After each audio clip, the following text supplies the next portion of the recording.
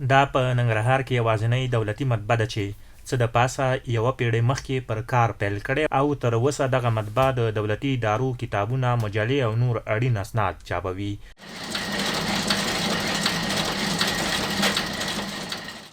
د دې مطبعې امیر قاري شریف احمد وزیروال وایي له پخوا یې اوس کارونه ډېر او ځینې د چاپ ماشینونه چې له کاره لوېدلي وو له سره ترمیم کړي او یو شمېر نور یې نوي اخیستي دي.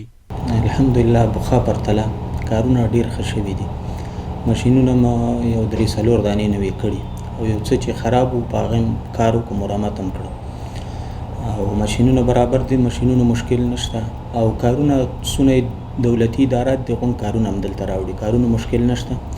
د ولایت په همکارۍ همداسې غون ادارات همکاري کوي موږ سره او دولتي کارونه غون هم دلته راځي. الحمدلله هغه که مهرونه دي او که د چاپ ذریعه ده. د ننګرهار دولتي مطبعې مسلکي مدیر نظیف الله وایي نږدې 4 لسیزې کېږي چې په دې مطبعه کې دنده کوي.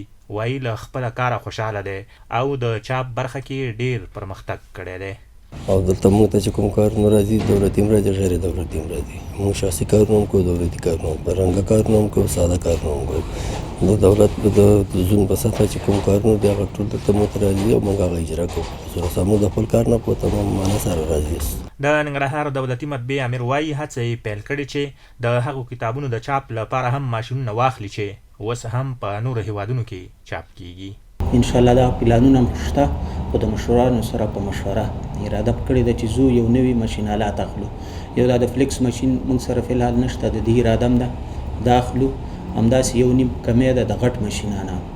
دلته عموما په غون ننګرهار کې یعنی کابل په سطح هم دلته دا غټ کارونه کوم غټ کتابونه دي هغه اوس هم لاهور او پاکستان ته ځي. باید د لپاره عموما موږ کار وکړو، کوشش هم روان کړی د مشرانو په همکارۍ او هغه وعده کړې ده چې انشاءالله دا به برابر.